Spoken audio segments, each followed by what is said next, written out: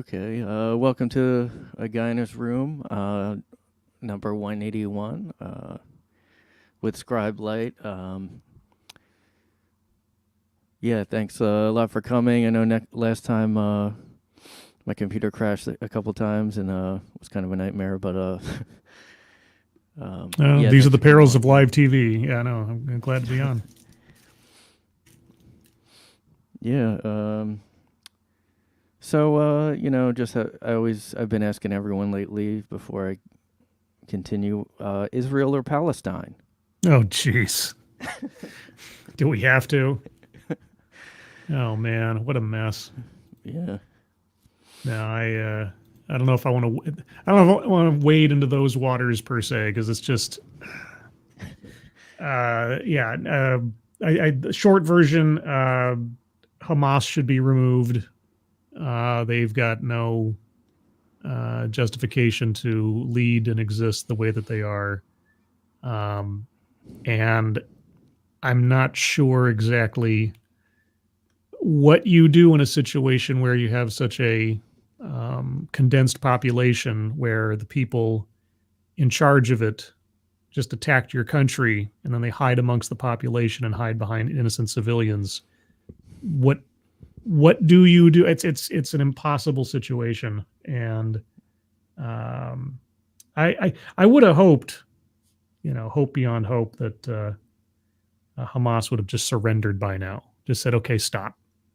I mean, if they really cared about their people, if they really cared about the furtherance of the plight of their people, whatever side of that argument you take, they would have surrendered by now, or at least sought some kind of diplomatic resolution. But they haven't. They're still holding innocent people hostage. So I don't know. if I had the answer, I win the Nobel Peace Prize, but I don't have it, and it's just it's a giant mess, is what it is. Yeah. Well, I was like, basically joking. I mean, just it is funny, I guess, with the just bringing something like that up makes people like I was at a comedy open mic recently, and just the fact someone mentioned it, I heard gasps in the audience. Well, yeah, because I mean, depending on who's in the room with you, you're going to offend somebody. I mean, if you have any kind of opinion on it, and anybody can take any opinion you have, even if you try to go for something that's, thoughtful, not necessarily moderate, but I mean, like thoughtful about it or something. The way it's so polarizing, someone will find a way to be offended and or call you a bad name or something, or align you with one side or the other, and so on. And it's just, yeah, I don't know. I have my thoughts on the grand scheme of things, but as far as the specific situation's concerned, I don't know. I think there are obvious in this incident. There were obvious bad actors and no obvious good solutions to it. So, yeah, I guess well, yeah, I haven't been. Well, I'm not that. I guess I'm not that surprised. I mean, I've been hearing about their conflict for a while, and then it is kind of interesting seeing some people that were like, yeah, I'm really left wing. Like, I go to every BLM thing, but this really disturbed me with the radical left people, how they're acting. Well, they have no idea what it is that they're cheering for. Yeah. I mean, even if this particular current conflict wasn't even happening and they were cheering for they have no idea what they're cheering for. If they would have, I would be very curious to see if anyone who was chanting for Palestine and saying this whole from the river to the sea stuff. I really would like to see them go live in a pre-current conflict Gaza if they think it's such a paradise of ideology. I don't know what to tell them. It's not fun, and most of the people who are cheering this stuff on are the last people that would be tolerated in that culture. It's just it's so Alice in Wonderland through the Looking Glass Bazaar. People just going along with slogans and not thinking about. But of course, we've seen this for years now with people calling themselves communists and socialist and Marxism is good and this, that, and the other thing. It's like history might teach you a lesson if you care to actually pay attention to it. But sometimes you can lead a horse to water, as they say. Yeah, and then like putting their cause as well, queers for Palestine, and then climate people for Palestine. Like I don't know. I mean, yeah. I'm just sitting. I mean, like with anybody else, all I can do is just sit back and watch and just kind of shake my head, like, well, it's whatever the outcome of this thing is, it's not going to end it. It hasn't ended for at least 70 some odd years, and certainly historically and biblically much longer. So yeah, it's another thing where I've always thought of like, too bad there's not a common sense political party. It's either one way or the other. Well, they all think they're common sense. Yeah. Any political party you create is going to be opposed by somebody else, and everybody thinks that they're the reasonable ones. And in some cases, might be true. Other cases might not be. But everybody thinks they're the hero of their own story. So yeah, I guess that's why it's just always been hard for me to pick a party. I've never picked a party. I've never registered. I just got my voters guide the other day, and I just sat down this morning and went through it, and I read all of the candidates' little blurbs, because they make sure that whatever they put on the page is exactly as they received it. They didn't edit it. They didn't do any corrections. Didn't do any fact checking. It's like what you're reading from the candidate is what they wanted to say. And I read them not only for content, but I also read it for spelling and grammar. Because if this person wants to become a legislator, if they want my vote, regardless of what their party is, if they can't take the time to proofread their own work, or they don't even know what they're saying half the time, why would I want this person writing the laws or being in charge of bureaucracy or anything else? So that's the first thing I look for. And then party I'm not even sure if that's even a consideration in my mind half the time. It's mostly, how long has this person been in the office if they're an incumbent? And depending on what department or what position they're in, am I happy with the way things are going with that thing? Because if they've had the same position for like 5 or 6 years or something, and things suck, well, I might just vote for the other guy just to change things up a bit, regardless of what the party is. So I try not to get too steeped into party allegiances or anything. Yeah, I mean, yeah, because I guess like I don't, there's always stuff that could make me change my mind on things, like even abortion or just any issue that. Like I went through this like debate recently that was like actually free speech, like both sides were talking. Mm-hmm. And it was about if the patriarchy was smashed. Mm-hmm. And like by the end of it, it was just like, oh, okay, common sense, like in this case this will work, or it depends on the, like, obviously you don't want only men to run every single thing or something. Right. And then a lot of people were like, well, my definition of patriarchy is different than yours. So then it was just like comparing definitions too. Yeah, well, changing words and their meanings is like a hobby for many people these days.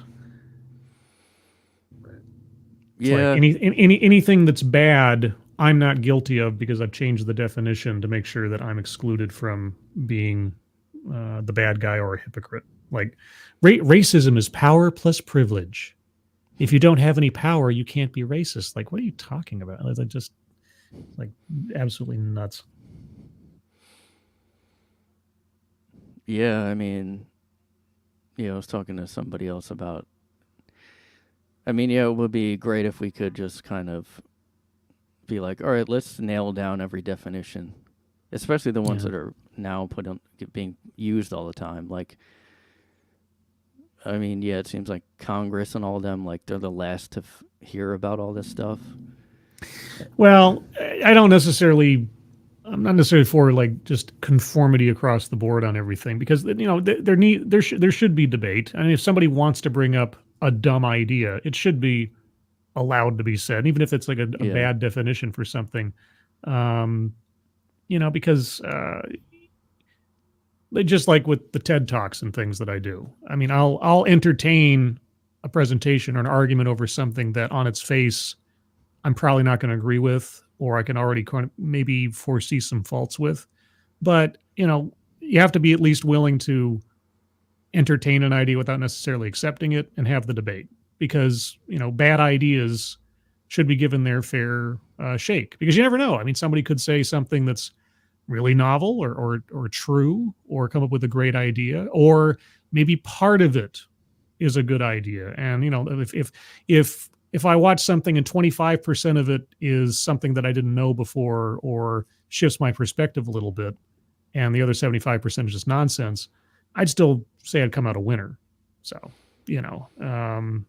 but there are some things fundamentally that people are trying to change the definition of to make themselves feel better, like, the reality of biological sex. There's some things that just aren't debate. It's not a matter of debate. It's not a matter of like a different idea. It's like observable reality versus your magical thinking. And it's like, yeah, one of those is going to win at the end of the day.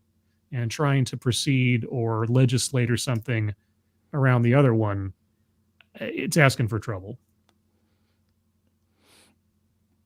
Yeah.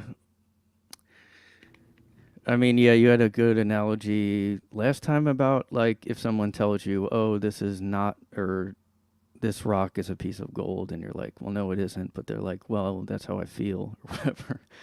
Yeah. Yeah, I can feel as much as I want. I can't change the nature of things. It's sort of like relationships. You can love somebody as hard as possible, and then if they don't reciprocate it or it's not the same thing, you can't transmute something just with your hopes and dreams and wishes. It just doesn't work like until we get down to like quantum physics or something, and then you start like looking at something sideways and it changes its nature. That's outside of my realm. Yeah. Well, that's like that's where trans comes from. Actually, they could use that in a paper somewhere. There could be a paper right now about how that proves trans is real, like because. Well, I mean, the idea of sexual body dysphoria, pardon me, or sexual dysphoria, that is something that has been legitimately observed and documented. Now, of course, no one's a mind reader. You can't say for sure. But the idea that somebody could have a mental disorder that causes them to feel like they're not part of their body. I mean, in a similar fashion, there's people who have voluntarily had limbs amputated because psychologically they believe this leg is not mine or this arm is not mine. Obviously, observably, they're wrong, but something inside them is telling them that this is reality for them and that they need to do this to feel better. Now, as a surgeon or something, I'm sticking on the amputation thing, is it ethically correct to remove someone's fully functioning and perfectly healthy limb just because they say this limb does not belong to them? I would say no, probably not. But then if this person is going to end up trying to do something terrible to themselves to try to fulfill this need that they have, and it's their body, right? Their body, their choice. What do you do? And that's the barrier you hit when it comes down to someone's personal autonomy and trying not to do any harm as someone who's in a medical situation, either psychological or surgical. The line for me is, regardless of whatever it is, whether somebody actually has sexual dysphoria or not, are they a consenting adult? That's really the only line. If you are a consenting adult and you are fully well aware of what you're doing, the consequences, the risks, and so on, and you want to go through with it anyway, there you go. But outside of that, yeah. So when I see these things about, trans kids and giving children medicine and doing surgery on preteen, it just absolute horror show. Absolute horror show. That part I don't understand, and not to say that a grown adult who does something I don't understand somehow should be outlawed. That's like I don't understand why grown adults in this day and age smoke cigarettes. I mean, it's not like it's a secret anymore. It's not like it's some kind of hidden truth about the health risks of cigarettes. But if someone wants to do it, I'm not going to stop them. I'm libertarian in that sense, but I just feel like you have to be at least old enough to make your own choices and not have them imposed on you by, activist parents or misinformed parents and activist doctors and so on. Yeah. I mean, yeah, I was always like, yeah, I do think, do whatever you want. And then, it's just when these ideas are forced and then, I mean, a lot of these, even CRT and all that stuff, I'm like, well, if this wasn't like being made mandatory, I would just maybe go, well, some of that is interesting, like you were just saying, like, it's just, I don't know, we moved to where, like, we just moved from, I don't know, just, do what you want, live your life how you want to like, no, they need this, like, oh, they're going to kill themselves, so we better rush them into surgery and all that. So yeah, you make this threat of, it's life or death. If you don't do this, then, and it's, and it's similar with like the CRT, like you said, they make the argument that, the next generation needs to know this history so we don't repeat the mistakes of the past or whatever, except that all you're doing is teaching people to see each other and value each other on the same principles that you're supposedly fighting against. The question always is, especially when it comes to education, are you teaching children how to think or what to think? If you're teaching them how to think, how to assess things, think critically, assess the sources and so on without pushing one particular perspective per se. And sometimes that's arguable. Like some people would say, oh, well, this American history book is too light on the facts and things and gives a too rosy picture. That could be true. I mean, you get these arguments, people saying, oh, we never talked about this in grade school and everything else. I'm like, well, grade school might not be the place for, really high level, high tension, terrible stories of depravity and torture. But it's true. There was what was that book?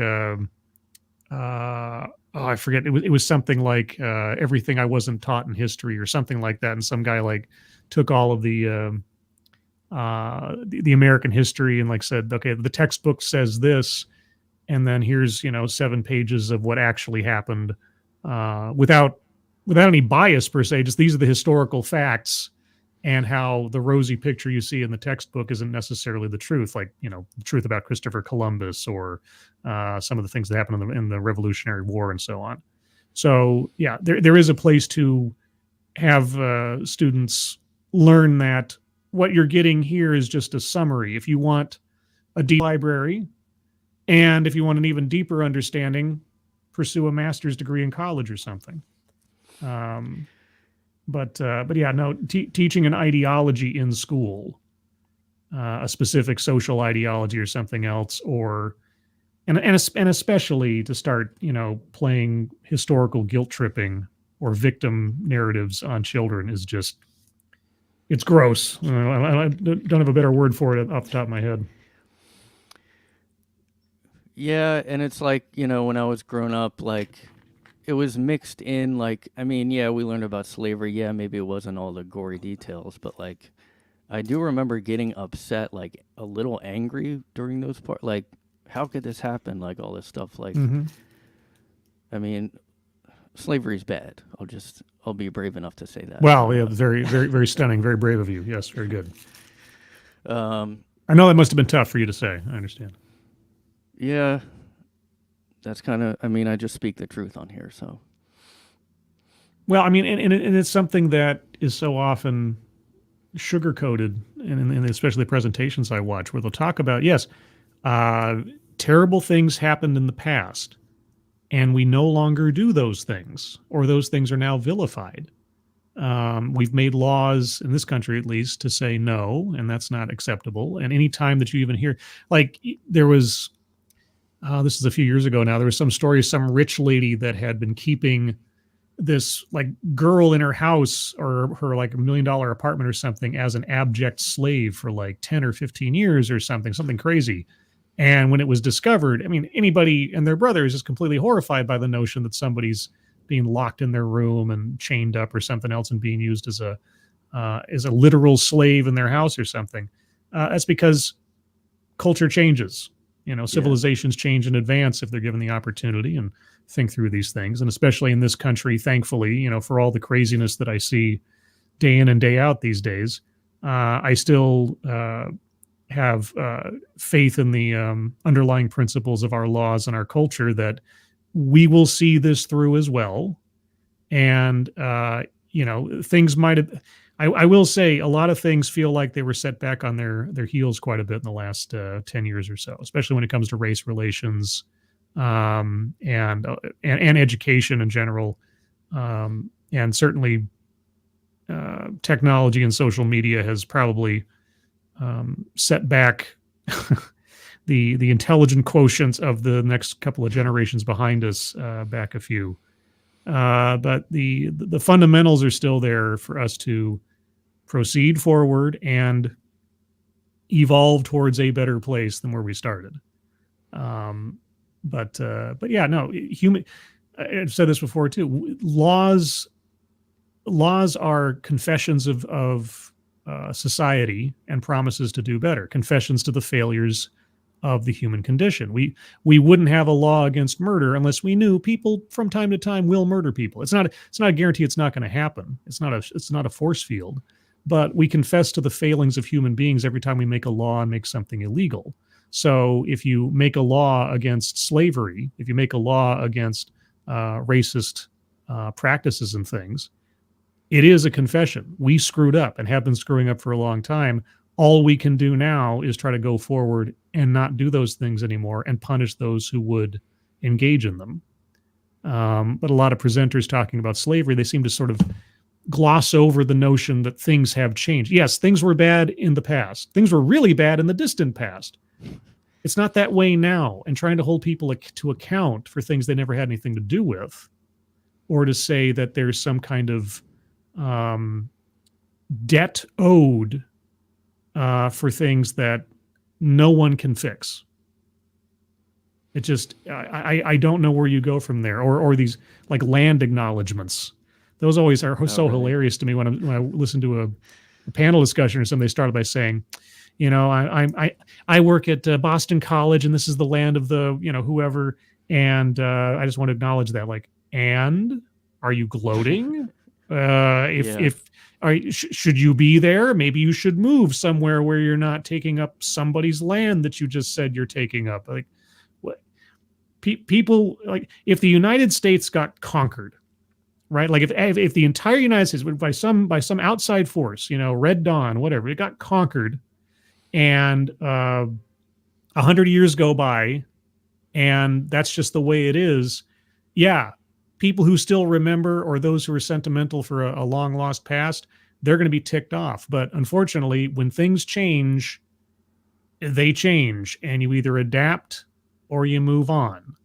That doesn't make it right. It doesn't make it just, but sometimes in history, that's, everything was owned by somebody else at one time or another.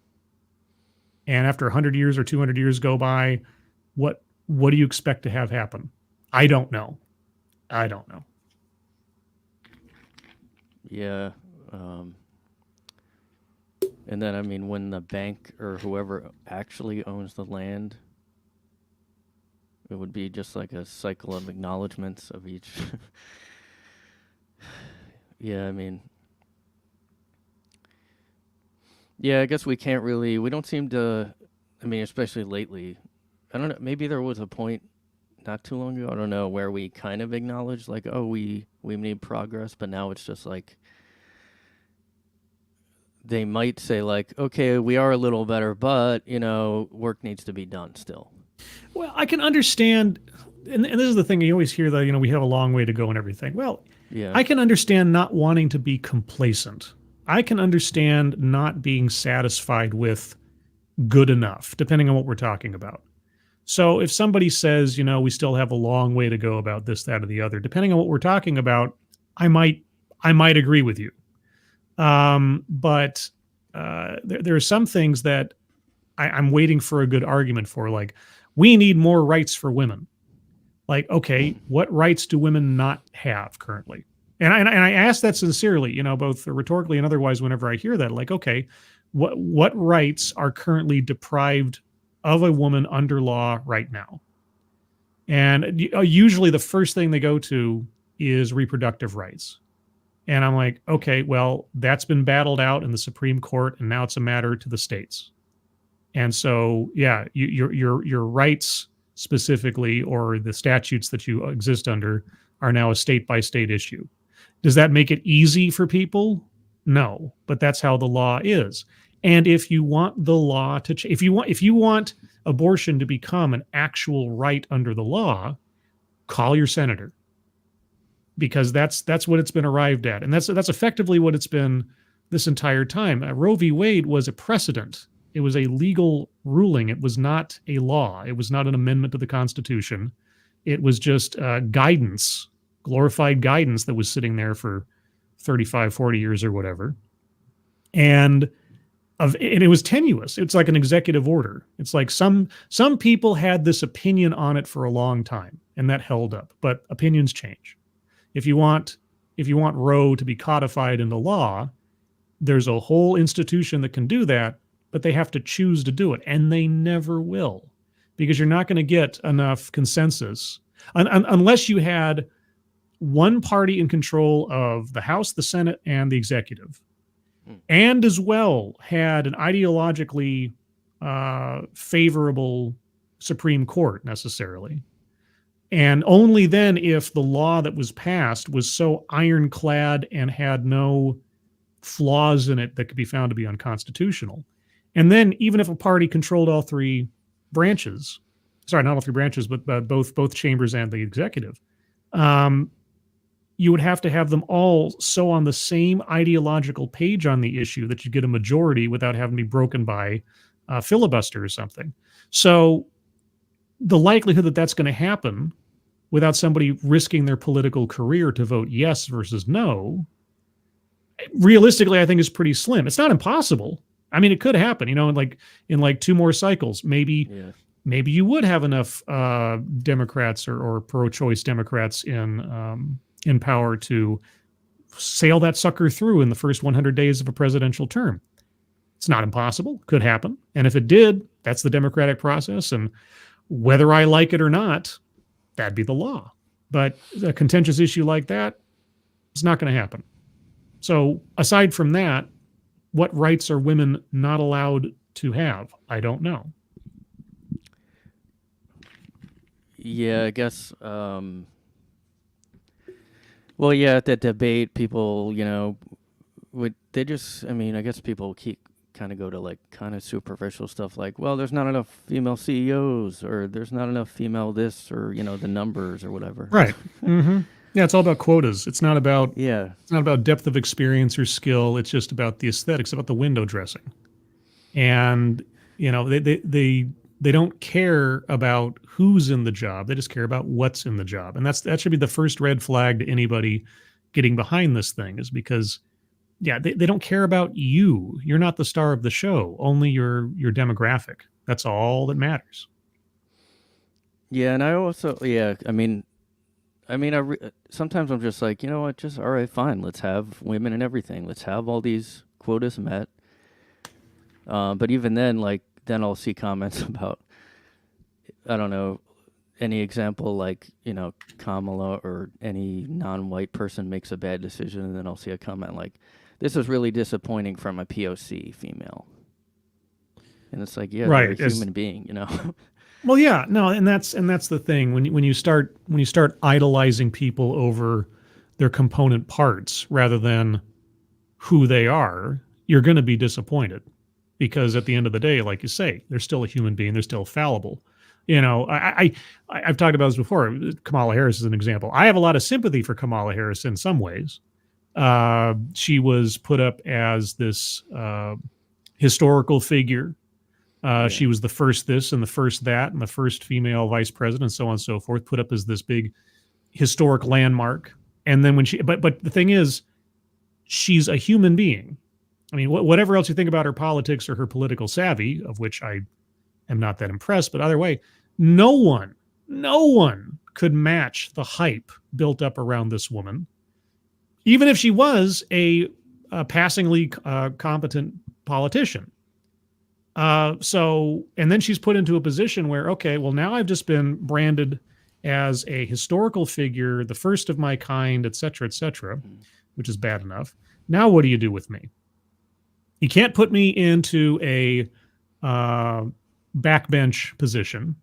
You have to have me out up front on the world stage in some way, shape, or form. And Biden picks the absolute worst premier assignment to give somebody in her position with her experience, with having no international experience whatsoever, no diplomatic experience whatsoever. Oh, I'm going to put you in charge of finding out the origins of the migrant crisis. And so not only is she put on this giant ideological pedestal for what she is, not who she is, now she's given a position to ostensibly solve a problem that no one could solve, and certainly not somebody lacking in credibility and experience that she's got. So I do have some sympathy for her position. The problem is that she agreed to take the job, and everything else aside, she's terrible at her job. If she was good at her job, I mean, if she could give an interview without sounding like an absolute lunatic, it might be a different situation. If she'd had enough time and experience and actually done something as a politician prior to becoming vice president, then maybe. If she could have carried her own state in the primaries, then maybe. But she couldn't do any of those things. It's so ridiculous. And she's the one that's a heartbeat away from the presidency. It's just so my sympathy goes up to a point, but as soon as she said I'll take the job, it kind of goes by the wayside. Yeah, I guess you just made me remember because she was running for president before that and wasn't doing very well. I mean, no, she blew a $40 million presidential campaign war chest and didn't even garner the support of California, the state from which she's from. I mean, that's sad. And it's out there somewhere. One of her might have been her last real big political ad was her doing a dance routine with people in the street. It's comical.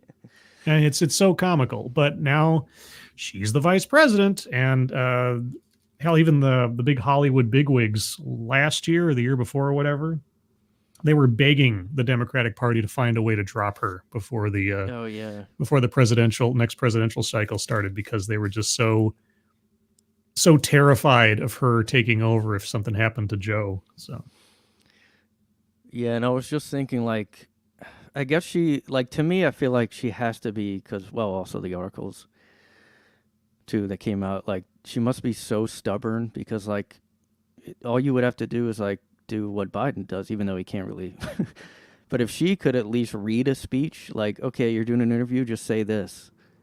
But, stuff I read about her being too stubborn and she seems to wing it for no reason, like. Also, yeah. And I guess also I'm like, I just wish like one politician would just be like, maybe her or somebody just like, her just being like, yeah, you know what, I'm having some trouble. Well, I guess Fetterman sort of did that a little bit, but no one seems to like own up to stuff, just anything. Well, no, because they have their reputation to protect. They have their,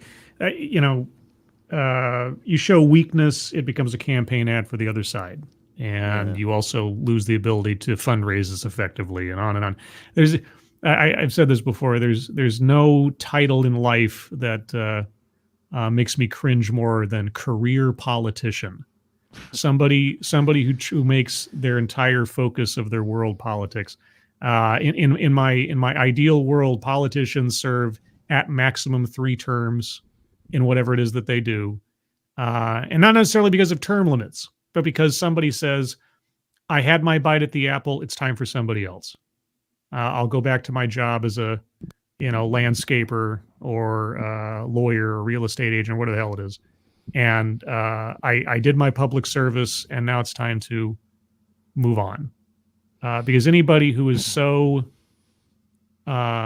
determined to stay in a position of power over and over and over again, year after year after year, I really question the wisdom of that, not only for the people they represent, but the system at large.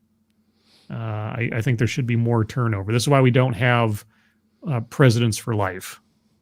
And now the argument over Supreme Court justices, whether they should have lifelong appointments, that one I'm still open to discussion on, but I see the wisdom in it, because if you look at the history of the Supreme Court justices, usually, and not always the case, but oftentimes, when they first come in, maybe they have a kind of political philosophy that goes one direction or the other. But over time, as the pressure or the notion that they're having to please somebody else, and they don't have that, Damocles sword of getting fired or unelected or something hanging over their head, they find, oftentimes, like I said, not always, but find a more middle ground to things and start, reflecting on the laws that come before them or the decisions, and can temper them over time.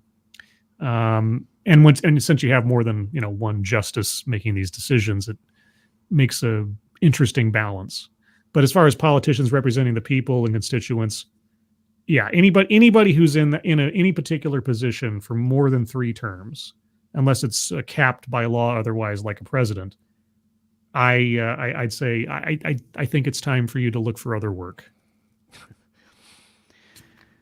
Yeah, I mean, I guess I don't know. I don't know if I knew that about the justices. I guess it reminds me of tenure. You know how teachers have that, which I didn't know. Like, my friend teaches high school, and apparently it's really hard to fire just any teacher. I thought it was just colleges, but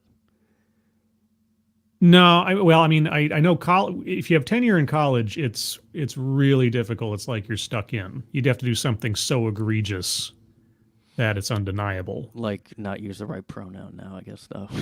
Well, yeah, I suppose in Canada, I don't know, but I guess each college is their own thing. But as far as but because as far as I understand it, and for anybody listening now or in the future, correct me in the comments if I'm wrong here, but finding competent teachers is so difficult already that, again, short of doing something that's just undeniably egregious that you just can't keep them on, kicking out a teacher leaves such a gap in any particular school's ability to do their jobs.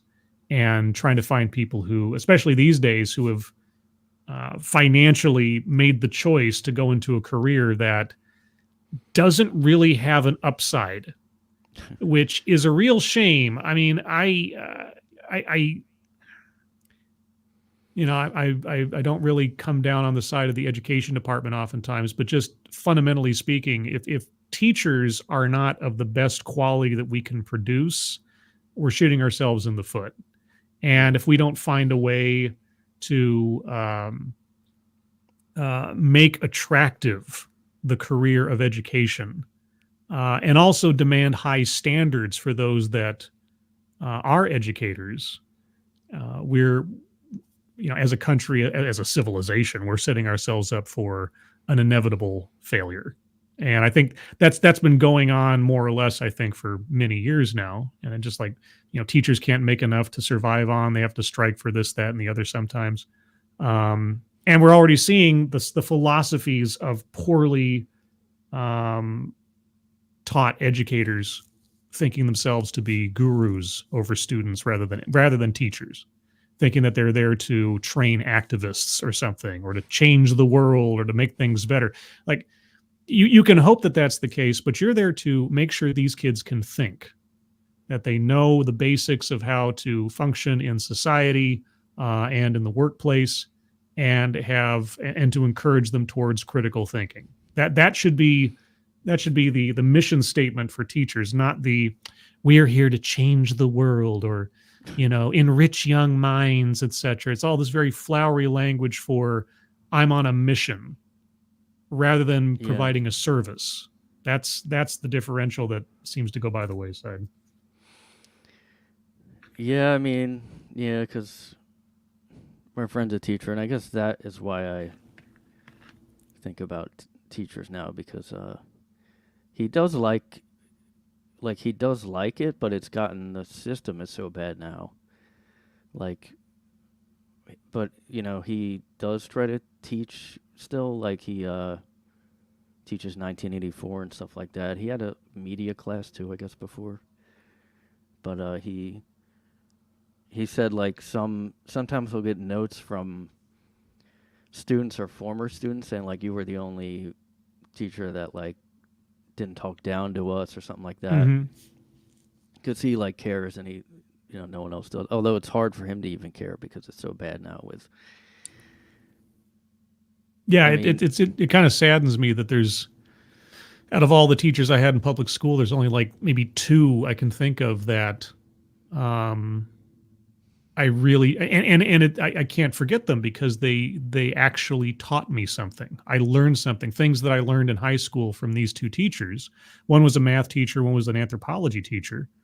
I still remember today, and I still use today occasionally, or can reference, because they did such a good job instilling this knowledge into me that I can recall it when I need to at a moment's notice. Whereas, between elementary school, junior high, high school, community college, and college, I've had dozens of teachers.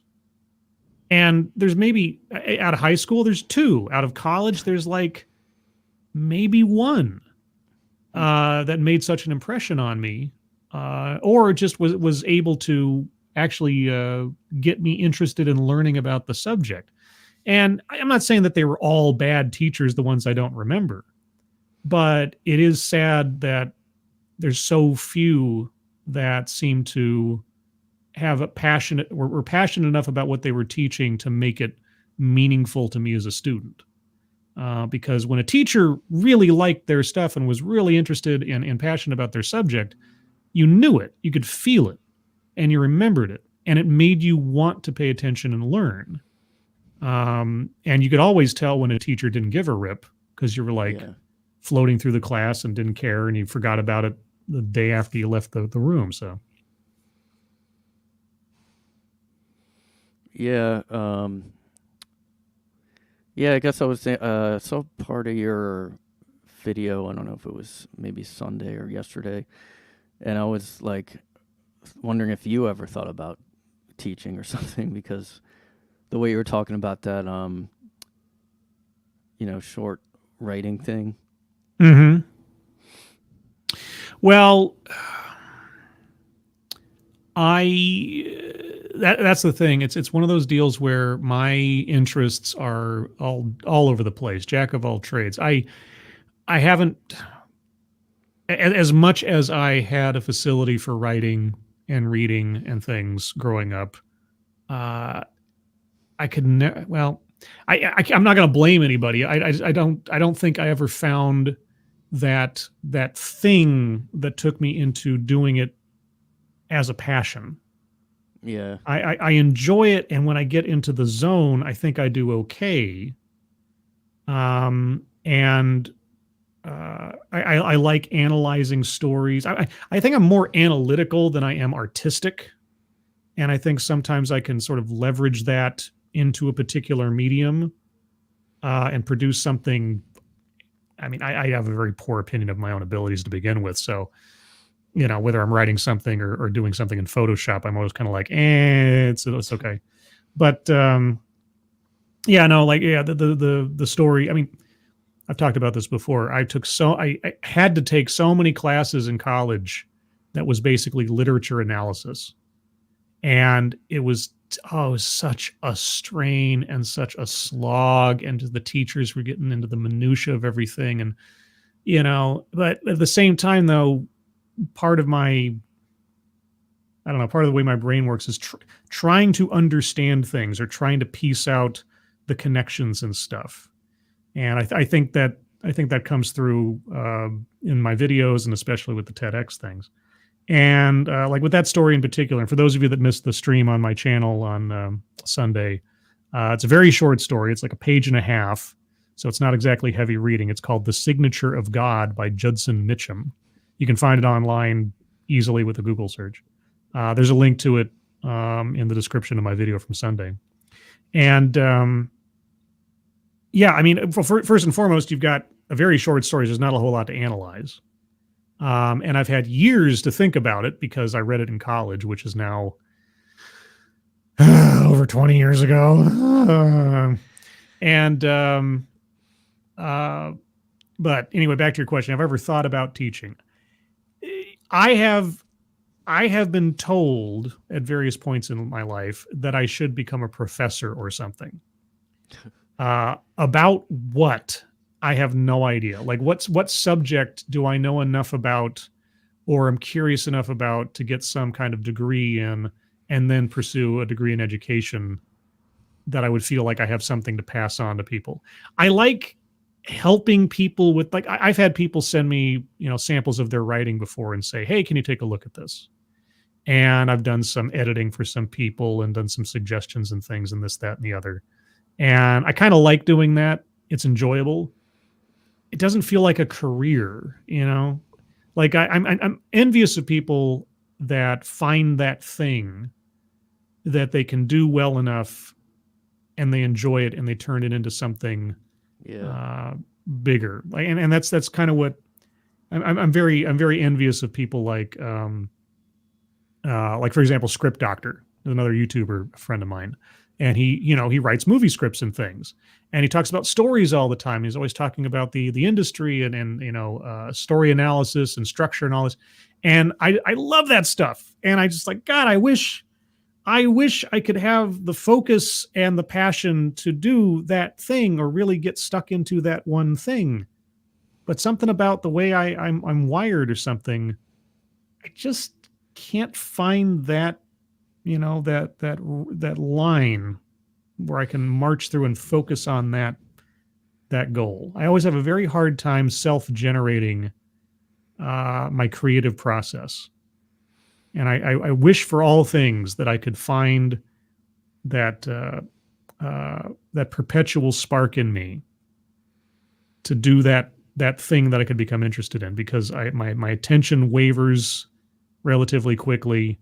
And if I'm not given if I don't have some kind of pressure pushing me towards something, I have a hard time just sort of doing it for the sake of my own joy or passion. Like, so, for example, on Lords of the Night, the old talk show I was on, for those of you that have no idea what I'm talking about, there was a gimmick I was doing for a while where I'd write custom ads. People would say, I started out doing it as a joke, like somebody would make a super chat and I just sort of blurt out, this episode is sponsored by, Joe Smith in the chat. Joe Smith, for whenever you really need to make a horseshoe or something like that. Right. And that became like this little gimmick, and people would start paying me through super chats to do a specific ad about a specific thing or a specific idea. And then this turned into, they'd give me effectively story prompts like, write me a movie ad about a time-traveling monkey who lives on the moon. And then I'd have to write, a paragraph or two within a couple of days of a time-traveling monkey that lived on the moon and put it into a movie ad. And so when somebody, they paid me money and they asked me to do this, and so now I have an obligation to create. I have to do this. It's an assignment. I'm required. I'm obligated. I have to do it. And then the spark comes up. If I'm given an assignment, if I'm given a deadline, if I have an obligation, I have a date by which I need to get this thing done, that's when the juices are flowing. And the problem is I can't self-generate an outside source making me or requiring me to do that. And that's been my frustration for years and years and years. Yeah, I mean, yeah, I think of that a lot too because I'm sort of the same way. I mean, like, when I used to do, comedy open mics, like, there was this one young guy, like, he was in college, he was maybe 19, and he just was like, I don't know, type A or something, but he just knew what he wanted. Like, he started getting better right away, like, he was writing all the time. And then eventually I think he's, I don't know, he might have done a special on Comedy Central or something. And, But I was wondering, like, because somebody that young, I'm like, was it just his, like, the way you're raised is like his parents maybe were just more like, I don't know, pushing him, or I don't know if it's like someone's nature and that at the same time. I don't know.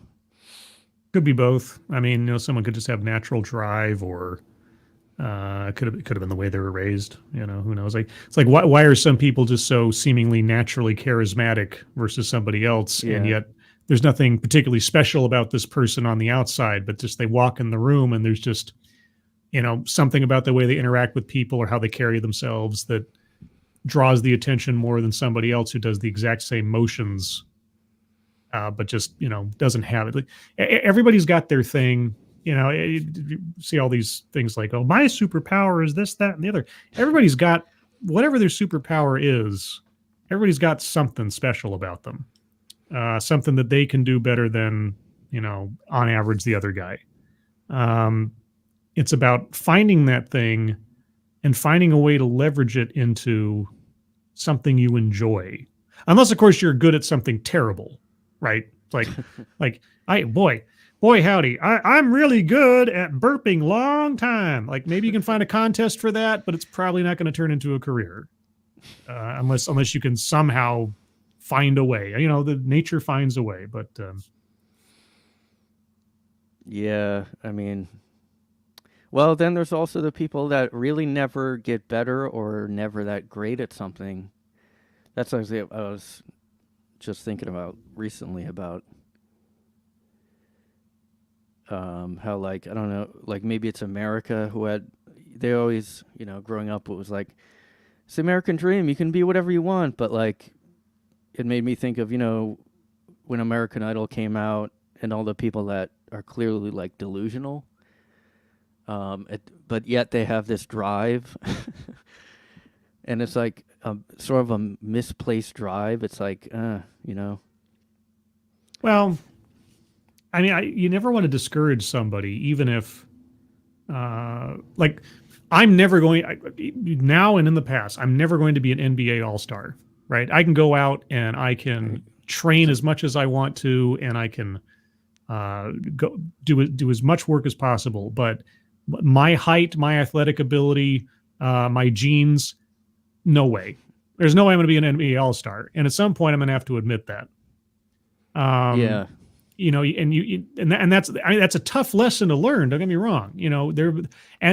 But then at the same time, you got people who are absolute morons who, like, succeed beyond anybody's wildest dreams. They fail upwards over and over and over and over again. And it's really disconcerting to people that either have some talent or have worked far harder than they have and not gotten that far.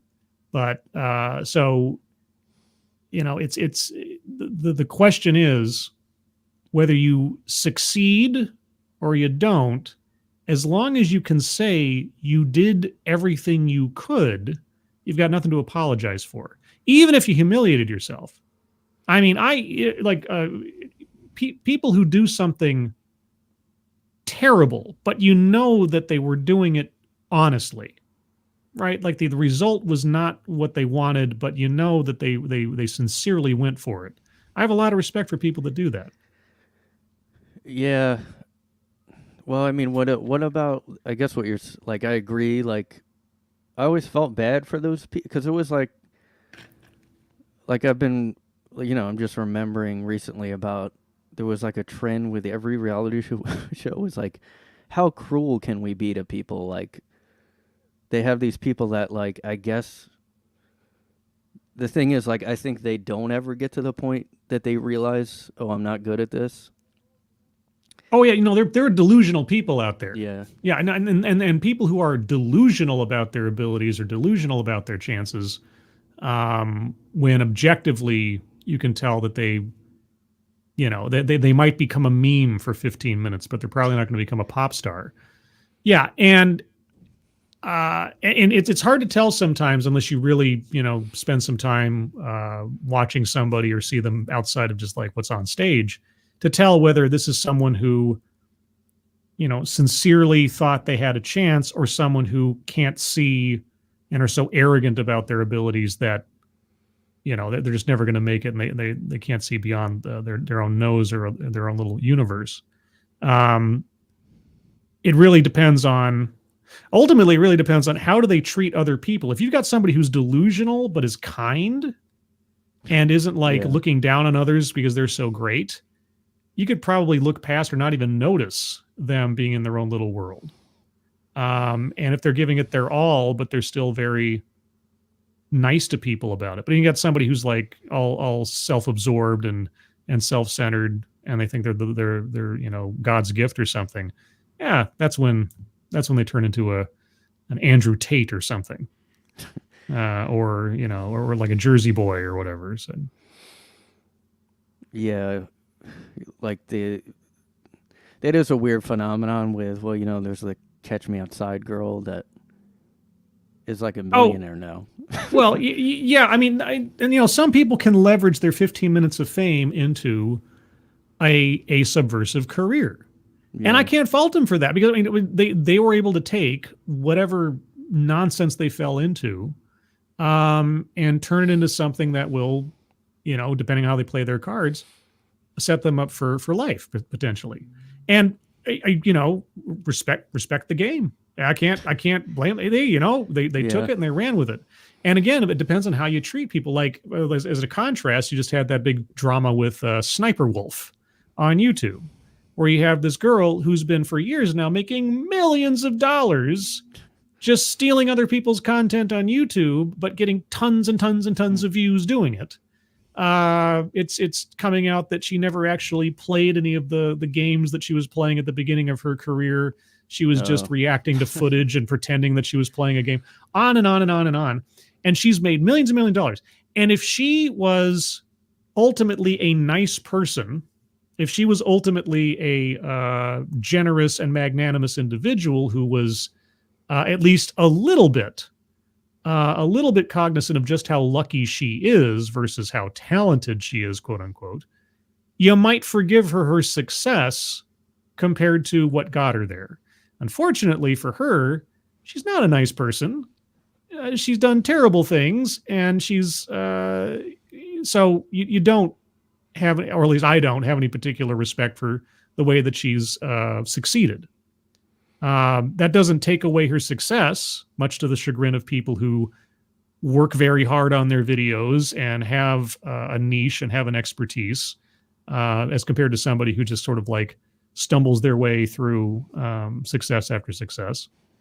But again, that's life. And all you can really do is just look at that example and say, whether you're a kid or an adult or otherwise, and say, I don't want to be that person. That is the only ultimate use for someone who is failing upwards and self-righteous about it. Is they only serve as an example to others of, don't be that guy, And all the millions of dollars in the world. Like the thing that gets me is that, and this is the sign that money does not buy you happiness. She's got more money than she knows what to do with. She could quit YouTube tomorrow and not be hurting, unless she's flittered all her money away at this point. I have no idea. Maybe she spends it all on like race cars or something. But even in the midst of the better part of a decade of sustained fame and success in her own little world, her ego is so fragile that somebody calling her out on her content, she's got to go stalk them just for clout and clicks and everything else. Just like a lesson to everybody. Having a bunch of money does not mean you're a successful human being. Yeah, there's been a lot of those like randomly influencers will be canceled or just called out, and I'm never really surprised. But yeah, I guess it's how they deal with it. Like, well, then there's other people like, yeah, I guess you're right. The ones that they have to be smart to know. Like, there's some people like even Andrew Tate and that girl that is like. Pearl something that's like the female version. I know, so I just Pearly Things or whatever. I've heard about her. I have never paid enough attention to know what the details are there. Yeah, I don't really care. Like, I don't really care to. It's like just another girl saying goofy things and people react. I mean, we've been seeing that for. I mean that's the bread and butter of YouTube half the time. I never really took part. Only very briefly and in very, unique instances did I ever even get close to doing any kind of YouTube drama between YouTubers kind of content on my channel. And I'm not dissing or vilifying anybody who does that. I mean, if that's your thing, if you're a Philip DeFranco, if you're a Drama Alert, if you're a ranting monkey, and there's a YouTuber acting out of line, and you want to call him out on it, perfectly fine. It all depends on how you go about doing it, of course. But I'm not dissing that genre. It just was never quite my thing because it's sort of like, well, oftentimes it was just, I'm a YouTuber with an opinion. There's somebody else with an opinion. Yeah. Is there really a point in arguing about it? Like, So. Yeah, that's like why I don't like know her really. What got to me was the fact that everybody kept what I thought was overreacting to me. I always am skeptical, and I think they're half just trolls.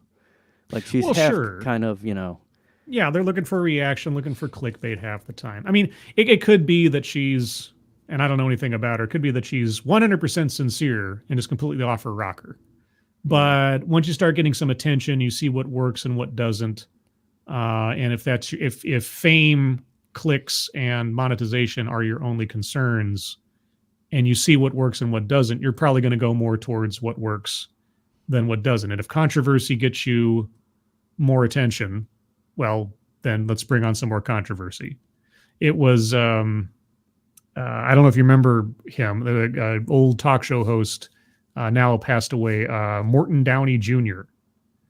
Morton Downey Jr. was one of like the original sort of shock talk show guys on TV, sort of like before he was a much more loud Jerry Springer, let's say.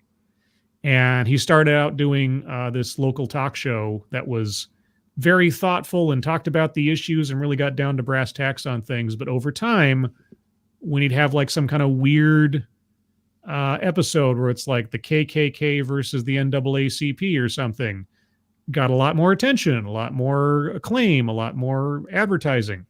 And so he just went with what worked, and all the way to the point where he ended up hoaxing a attack on himself in order to get attention, because he was losing ground and losing that clout.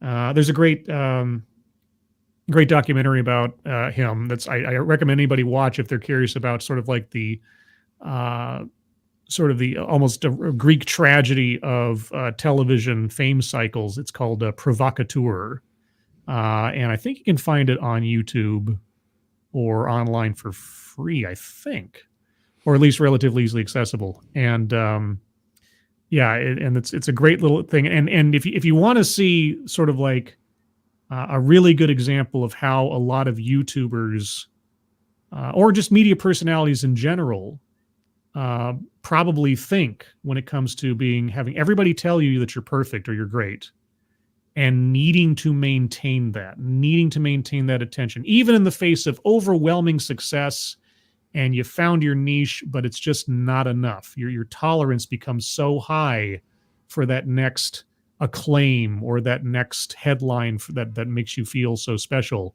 Kind of Jussie Smollett in a way. He was at a certain point, but and this kind of psychological machinery is entirely common. You can take anybody and put them in that, and it's a real test of their own fortitude and personality. If in the face of fame and adoration and success and everything else, can they maintain their sanity? Can they maintain a sense of where they started in relation to where they are, and still keep some kind of humility or perspective on things? Some people never have a chance, like child stars or teenagers that became basketball superstars at a young age and never knew anything different. It's kind of hard to learn what you never knew if you've always had success or always had fame. But the real thing is when you're an adult and that happens. That's why I recommend that documentary. Yeah, I think I heard of that. But yeah, I know you have to get going. Yeah. Well, I mean, do you think, just as a final question, this may get reported in like major papers, by the way, just. Okay.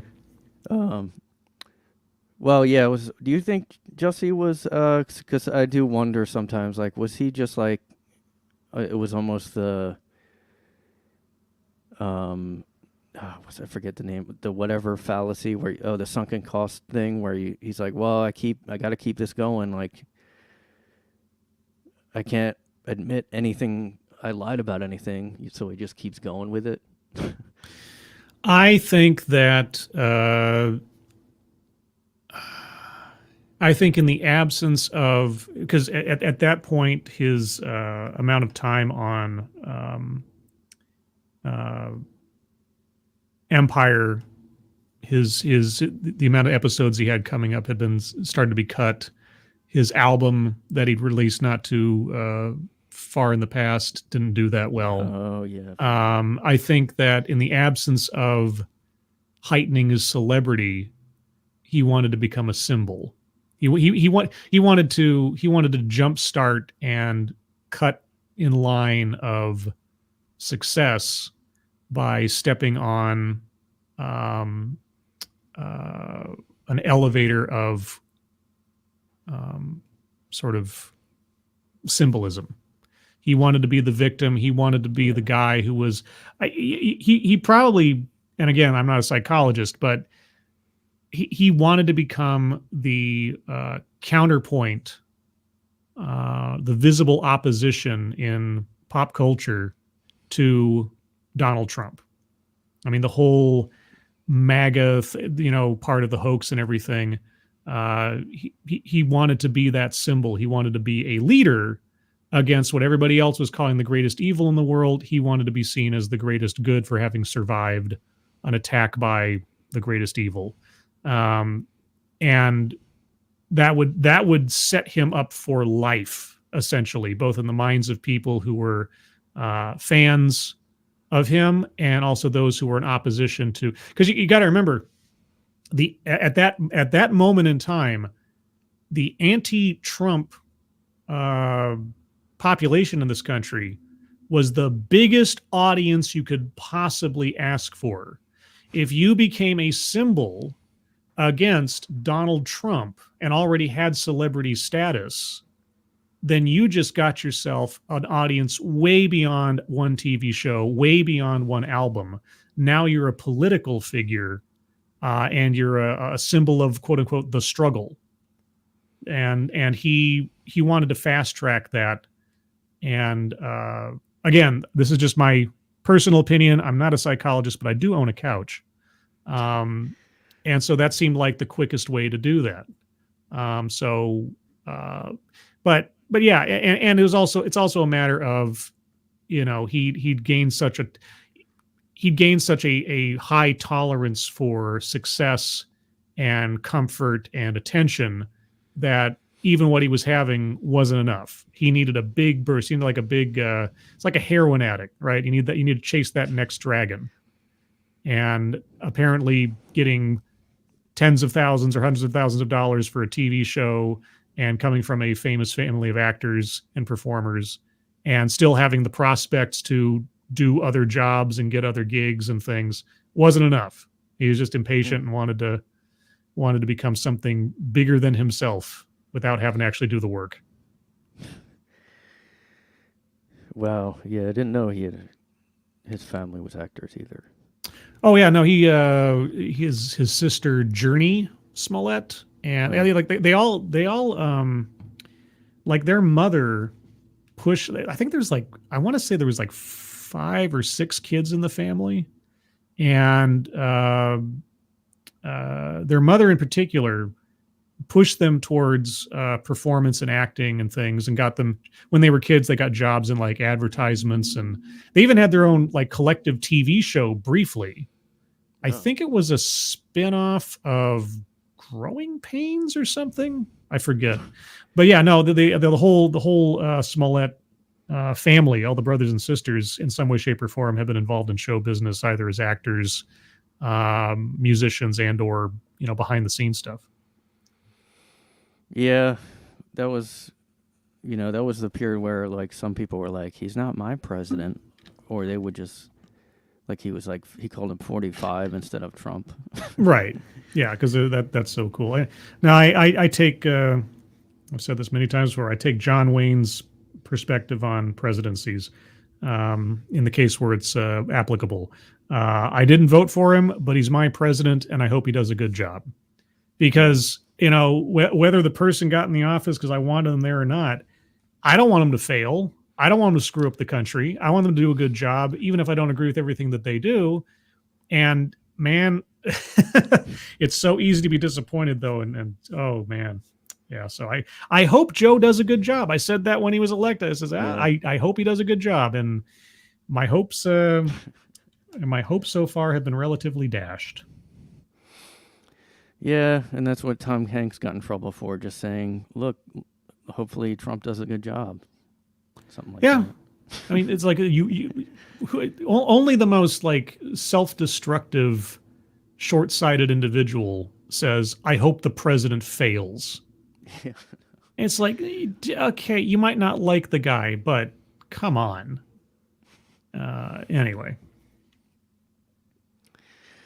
Yeah, but yeah, thanks for coming on. Sure. Yeah, check out Scribe's channel, and yeah, he's been doing more streams lately, more true crime stuff, which is cool. And yeah, I'm trying to. It's tough. It's been real tough lining up the true crime interviews because true crime content people are always busy. They've always, I mean, especially when they're doing it as like a living or something. That's like trying to find a day where schedules line up because of everything that's been going on, either with their channels, or there was the big crime con down in Florida about a month ago, and everybody in that genre was all geared up for that. So I'm tangentially working on the next one, but yeah, check out if you like true crime content creators. I've been trying to do a series. I haven't seen, as far as I know, there's not a consistent series of interviews out there about true crime people on YouTube, and at least specifically or otherwise. So I think I found a niche. I just hope it goes elsewhere. We'll see. Yeah, that's true. I mean, talking to the creators like themselves. Yep. Yeah. Yeah, but yeah, thanks for anybody who came in. I think my friend was trying to watch, but he's a piece of shit. So. Quick shout out to Jaeger Pony, Angela Arriaga Angela, Simon Willikins, You're Ridiculous Lunatic, and TC. Those are the people I see in the chat. So thanks for hanging out. Okay, yeah. Yeah, so thanks everybody. I do an episode every Wednesday. If interested. And yeah, check out Scribe's stuff coming up, like the TED stuff this Thursday and everything. Yep. All right. Yeah. Thanks. Bye, everybody.